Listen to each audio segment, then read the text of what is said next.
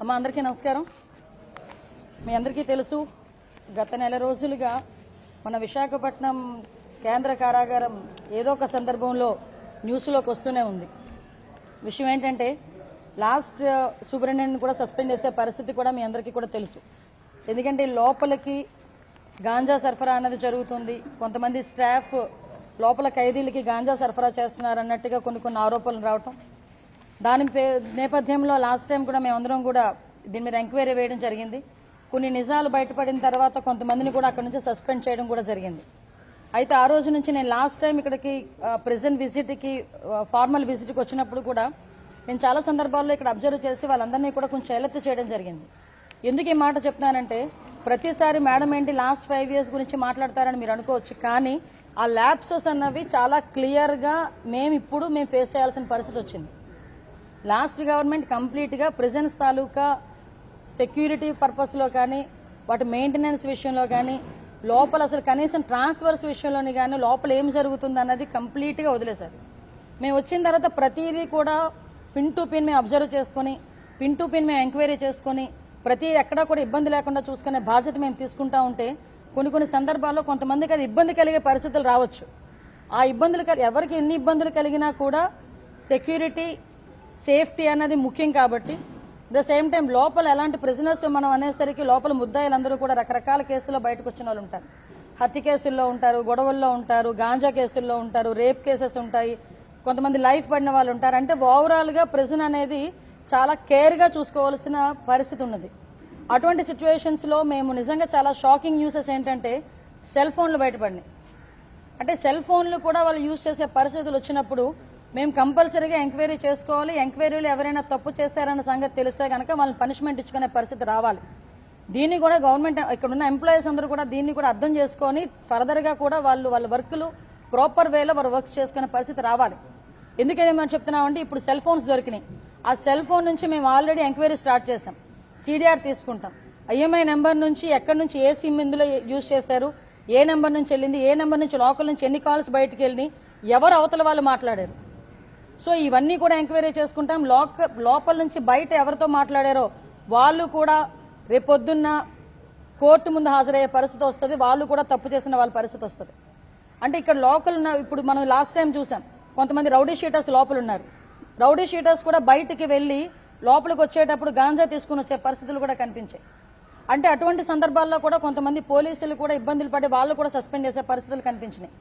అంటే ఇటువంటి సందర్భాల్లో ఇంకా విషయం ఏంటంటే కొన్ని సందర్భాల్లో ఎంత వరకు అంటే ఇది లోపల ఒక చిన్న ప్లాంట్ కూడా కనిపించింది, గాంజా ప్లాంట్ కూడా కనిపించింది. అంటే ఈ రోజు మేము చెప్తుంది ఏంటంటే మా డిపార్ట్మెంట్ ఎంత క్లియర్గా వర్క్ చేస్తుంది ఈరోజు. అంటే ఎక్కడా కూడా ఒక ఇంచును కూడా వదలకుండా చాలా క్లియర్ కట్గా వారు సర్వేలెన్సెస్లో పెట్టుకొని అటువంటి సిచ్యువేషన్స్ ఏమీ రాకుండా ఈరోజు అంత పగడ్బందీగా చేస్తున్నాం. పగడ్బందీగా చేస్తున్న సందర్భంలో కొంతమందికి ఇది ఇబ్బంది రావచ్చు, కొంతమందిని ట్రాన్స్ఫర్ చేయాల్సిన పరిస్థితి రావచ్చు, కొంతమందిని సస్పెండ్ చేయాల్సిన పరిస్థితి కూడా రావచ్చు. దీన్ని పెద్ద భూతద్దంలో చూసి మళ్ళీ మా మీదకి తిరిగి అదేదో అంటారు కదా బురద జల్లే పరిస్థితి మాత్రం రాకూడదని ముందుగా మీ అందరికీ కూడా ఇన్ఫర్మేషన్ ఇస్తున్నాం.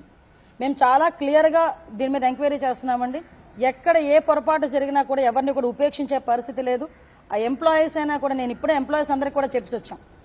ఈరోజు లాస్ట్ మించుమించు మీరు నమ్ముతారా, ప్రిజెన్స్లో కానీ పోలీస్ స్టేషన్స్లో కానీ 5 సంవత్సరాల పైన ఈ రోజు వరకు కూడా కొంతమంది ఎంప్లాయీస్ పాతుకుపోయి ఉన్నారు. కొన్ని సందర్భాల్లో వాళ్ళతో రిలేషన్ పెట్టుకుంటారు, లోపల వాళ్ళు ఖైదీలతో కొంత రిలేషన్ పెట్టుకుంటారు. అంటే నేను అందరినీ చెప్పట్లేదండి, కొంతమంది వ్యవహారం జరుగుతుంది. కాబట్టి అటువంటి పరిస్థితులు ఏంటంటే ఉదయం నుంచి సాయంత్రం వరకు ఒకే దగ్గర కూర్చుంటాం కాబట్టి ఏదో మాట కలుస్తుంది, కానీ అది యాక్షన్లోకి రాకూడదు బయటకు వచ్చిన తర్వాత. సో కొన్ని సందర్భాల్లో మేము కూడా ట్రాన్స్ఫర్స్ చేయడానికి కొంతమందిని ట్రాన్స్ఫర్ చేయడం జరిగింది. అది కూడా మీ అందరికీ కూడా తెలుసు. మేమందరికీ కూడా చాలా క్లియర్గా ఎక్స్ప్లెయిన్ చేయాలి, పబ్లిక్కి కూడా తెలియాలనే ఉద్దేశంతోనే ఈ రోజు నేను ఇక్కడికి రావడం జరిగింది.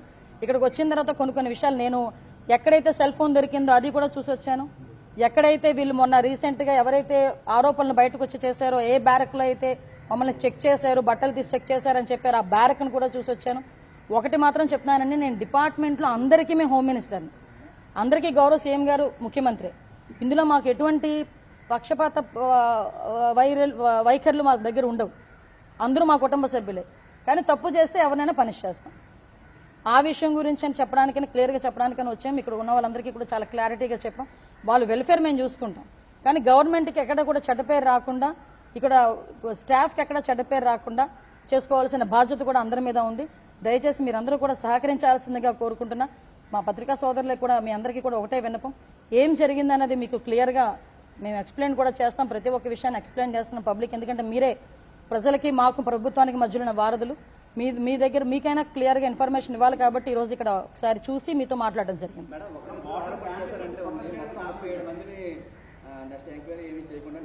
ఎంక్వైరీ చేయకుండా ఎవరిని చేయలేదండి అమ్మా. ఒక వెర్షన్ ఇప్పుడు నాకు ఒక నిమిషం తమ్ముడు, నీ వెర్షన్ నీకుంటుంది, నా వెర్షన్ నాకుంటుంది. ఏ వెర్షన్ అయినా మేము ఒక పబ్లిక్ రిప్రజెంటేటివ్గా నేను కానీ లోపల గవర్నమెంట్లో వర్క్ చేసిన వాళ్ళు కానీ ఒక ఎంక్వైరీ లేకుండా ఒకరిని ట్రాన్స్ఫర్ చేయాలంటే, రేపు పొద్దున్న ఎంక్వైరీ చేయడం తప్పు చేశారంటే వీళ్ళైనా ఫిక్స్ అప్ అవుతారు కదా, వీళ్ళైనా సస్పెండ్ అవుతారు కదా. సో ప్రాపర్గా అలా 5 సంవత్సరాలు దాటి చాలా మంది ఉన్నారు. మేము ఒక సిద్ధాంతం పెట్టుకున్నాం, ఈవెన్ కానిస్టేబుల్స్నైనా మేము రెగ్యులర్ పోలీసులలోనే కానిస్టేబుల్స్నైనా 5 సంవత్సరాలు ఒకే దగ్గర ఉంటే కనుక షఫిల్ చేయాలని మేము అనుకున్నాం. అదేవిధంగా ప్రెజెన్స్లో ఉన్న వార్డర్స్ని కూడా ఏదైనా 5 years దాటిన తర్వాత కూడా మేము కొంతమందిని షఫిల్ చేయాలనుకున్నాం.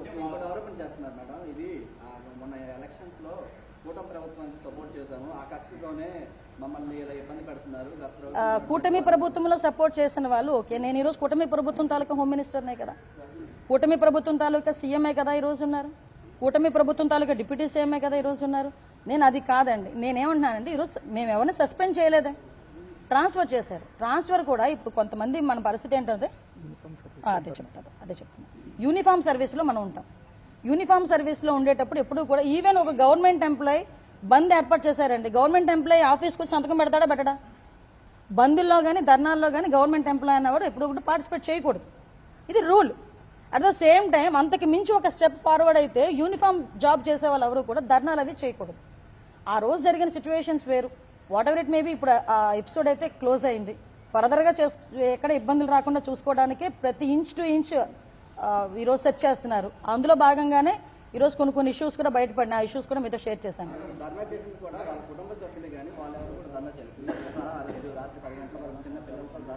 అమ్మ వాళ్ళ ఎవరికి కూడా అన్యాయం జరగదు.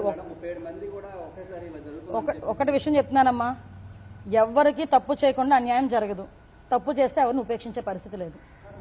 ఈ రోజు కాకపోతే రేపైనా ఇన్ఫర్మేషన్ బయటకు వస్తుంది కదా. ఈరోజు సెల్ ఫోన్లు దొరికినాయి, చెప్పాను ఒక ప్లాంట్ దొరికింది, లోపల ఒక మొక్క దొరికింది, గాంజా మొక్క దొరికింది. ఈరోజు కొన్ని సందర్భాల్లో మా ఎంక్వైరీలో మాకు కూడా కొన్ని ఇష్యూస్ బయటపడుతున్నాయి. ఆ ఇష్యూస్లో భాగంగా మా డిపార్ట్మెంట్ వరకు మా డిపార్ట్మెంట్ చేసుకునివ్వండి, ఎవరికి కూడా ఇబ్బంది లేదు, ఎవరిని కూడా సస్పెండ్ చేయలేదు, ఎవరి మీద పొట్ట కూడా కొట్టలేదు. ఈరోజు ఎంక్వైరీ ఇంకా కూలంకషంగా ఎంక్వైరీ జరుగుతుంది. నిజంగా ఎంక్వైరీలో ఎవరైనా కనుక ఇందులో ఇన్వాల్వ్ అయ్యారనుకుంటే కనుక డెఫినెట్గా వాళ్ళ మీద చర్యలు తీసుకుంటాం, ఉపేక్షించే పరిస్థితి లేదు.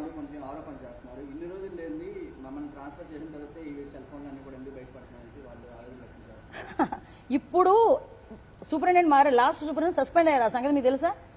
లాస్ట్ సూపరింటెండెంట్ సస్పెండ్ అయ్యారు, ఈరోజు కొత్త సూపరింటెండెంట్ వచ్చారు. కొత్త సూపరింటెండెంట్ ఈరోజు మొత్తం ప్రెజెంట్ అంతా కూడా సెర్చ్ చేస్తున్నారు. సెర్చ్ చేసిన తర్వాత ఎక్కడెక్కడ ఏంటి ఉన్నాయని చెప్పేసి ఈరోజు తీసుకుంటున్నాం. టెక్నాలజీని కూడా బేస్ చేసుకుంటున్నాం ఈరోజు.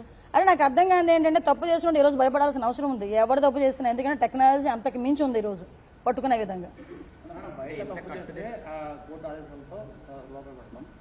లోపల జరుగుతున్న పరిణామాలు త్వరగా చెప్పారు. లోపల అనేది కొంత సెక్యూరిటీ లభిస్తున్నాయండి, జనరల్ సీసీ కెమెరా కానివ్వండి, మానిటరింగ్ సిస్టమ్ కానివ్వండి, దానిపై ఏదైనా ఫర్దర్గా లేదండి. నేను ఇప్పుడే చెప్పాను, ఎక్కడ కూడా సర్వేలెన్సెస్ ఏ మూలన కూడా ఒక్క చిన్న పార్ట్ కూడా వదలకుండా అన్ని ఏరియాస్ నుండి కూడా ఈరోజు సీసీ కెమెరాస్ పెట్టమని ఇప్పుడే మేము చెప్పడం జరిగింది.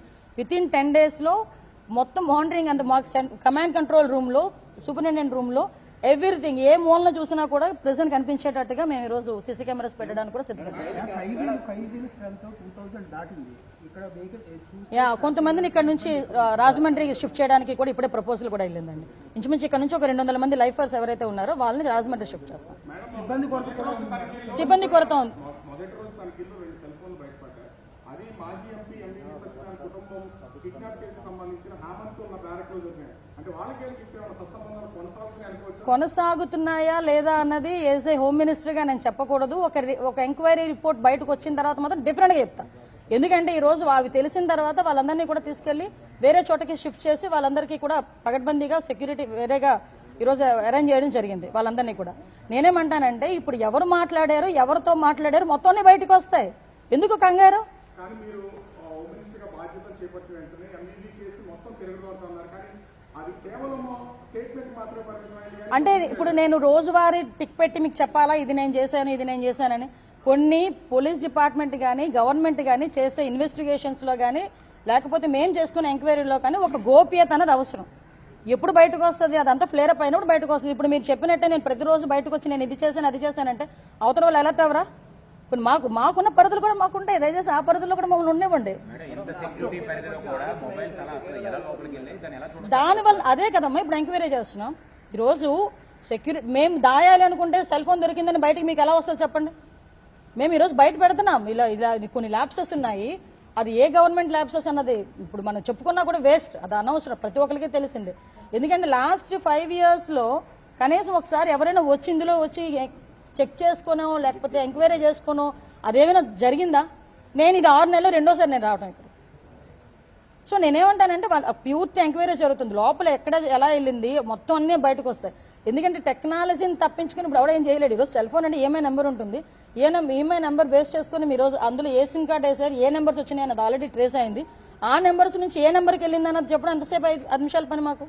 అవన్నీ కూడా మేము అందరినీ ఏదో ఒక రోజు కంపల్సరీ మీ ముందు నుంచి చెప్పండి సార్. చాలా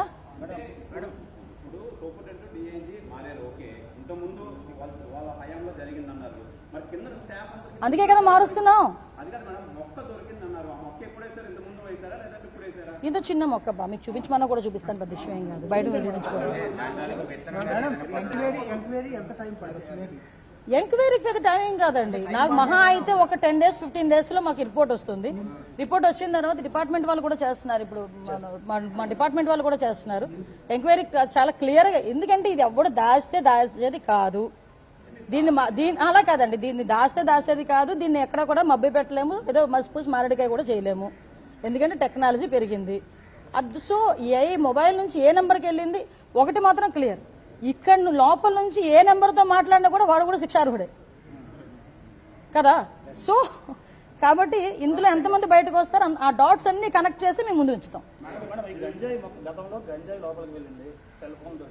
ఏముందబ్బా సీడ్ ఎంత ఉంటుంది జేబులో పెట్టుకుని వెళ్తాడు, ఏమైంది? ఇప్పుడు బయటకు వస్తున్నారు అంటే నేను ఎందుకు అది చెప్తున్నానంటే ఈ రోజు మా వాళ్ళు ఎంత క్లియర్ గా అబ్జర్వ్ చేస్తున్నారు, ఎంత క్లియర్ గా వాళ్ళ వర్క్ వాళ్ళు చేసుకుంటున్నారు అని చెప్పడానికి ఎగ్జాంపుల్ చెప్తున్నారు. లోపల ఉన్న వాళ్ళందరూ ఎలాంటి వాళ్ళు? ఇంచుమించు ఎంతమంది ఉన్నారండి గంజాయి కేసులో ఉన్న వాళ్ళు?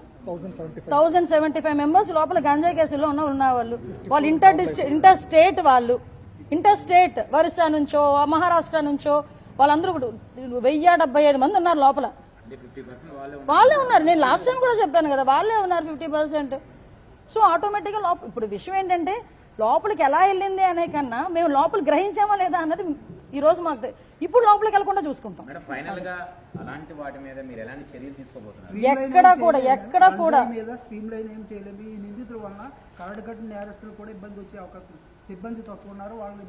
లేదు. కంపల్సరీగా సిబ్బందిని కూడా పెంచుతాము.